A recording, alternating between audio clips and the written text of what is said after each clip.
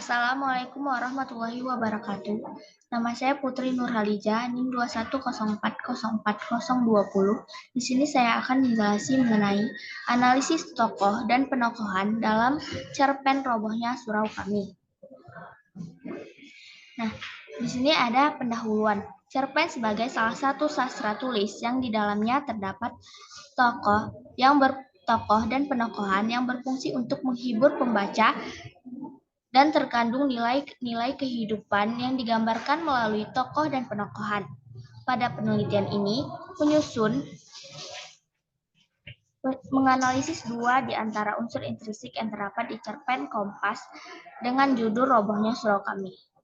Cerpen Kompas Robohnya Surau Kami ini merupakan salah satu cerpen yang mengisahkan kisah tragis matinya seorang kakek penjaga surau atau masjid kecil di kota kelahiran tokoh utama tersebut.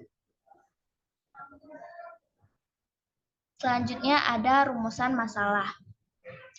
Ari Kunto berpendapat masalah merupakan bagian dari kebutuhan seseorang untuk dipecahkan.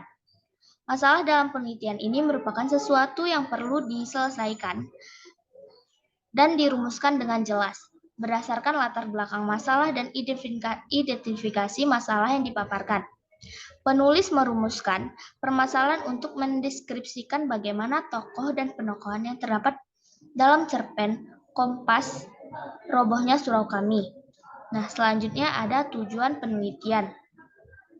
Berdasarkan rumusan masalah tersebut, tujuan penelitian ini adalah untuk mendeskripsikan tokoh dan penokohan yang terdapat dalam cerpen Kompas Robohnya Surau Kami. Selanjutnya ada metode penelitian. Metode yang digunakan dalam penelitian ini adalah metode yang dideskriptif kualitatif untuk menggambarkan tokoh dan penokohan pada cerpen Kompas Robohnya Surau Kami. Nah, selanjutnya ada manfaat penelitian. Manfaat penelitian ini yang pertama, bagi peneliti, diharapkan dapat menggambarkan wawasan dan pengamalan peneliti dalam menganalisis karya sastra. Yang kedua, bagi siswa, diharapkan dapat meningkatkan kemampuan dalam memahami karya sastra atau memperluas ilmu pengetahuan tentang ilmu sastra. Selanjutnya yang ketiga, bagi pembaca, diharapkan dapat membantu pembaca dalam mengungkapkan makna yang terkandung pada karya sastra. Nah, selanjutnya ada hasil penelitian. Hasil berikut ini hasil analisis yang diperoleh dari cerpen Kompas Robohnya Surau Kami karya Anapis. Unsur penokohan masih berhubungan dengan tokoh di dalam cerita. Jika tokoh cerita dalam pelaku di dalam cerita, makna penokohan adalah gambaran tentang karakter atau watak tokoh tersebut. Pada kesempatan kali ini, saya mengkaji cerpen Robohnya Surau Kami karya A.A. Napis menggunakan strukturalisme sastra dan hanya terfokus pada aspek tokoh dan penokohan saja. Dalam cerpen ini terdapat 4 tokoh, yakni tokoh aku, kakek, Ajo Sidi, dan Haji Saleh.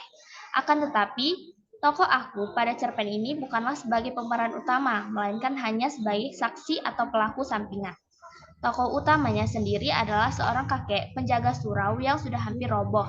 Berikut akan saya paparkan tokoh dan penokohan dalam cerpen ini.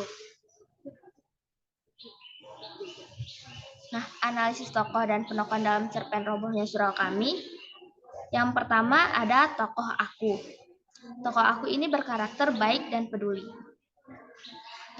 Tokoh aku ini bukanlah seorang pemeran atau tokoh utama, melainkan hanya sekedar tokoh perantara yang menyampaikan kejadian-kejadian dalam cerita.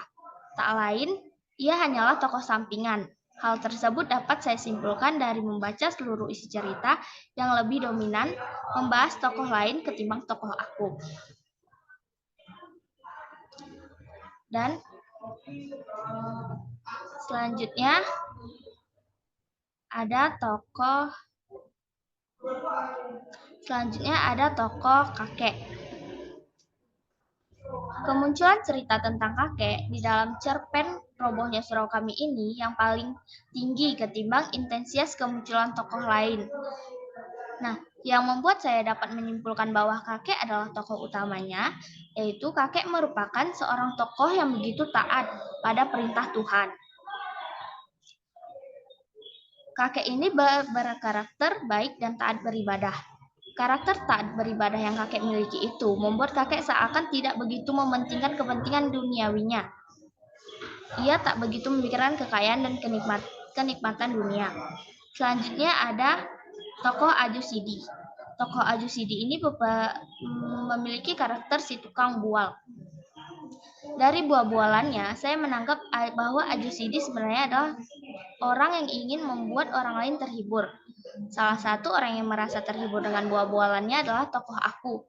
Tokoh aku juga pernah mengungkapkan bahwa ia ingin bertemu lagi dengan Aju Sidi dengan bualannya.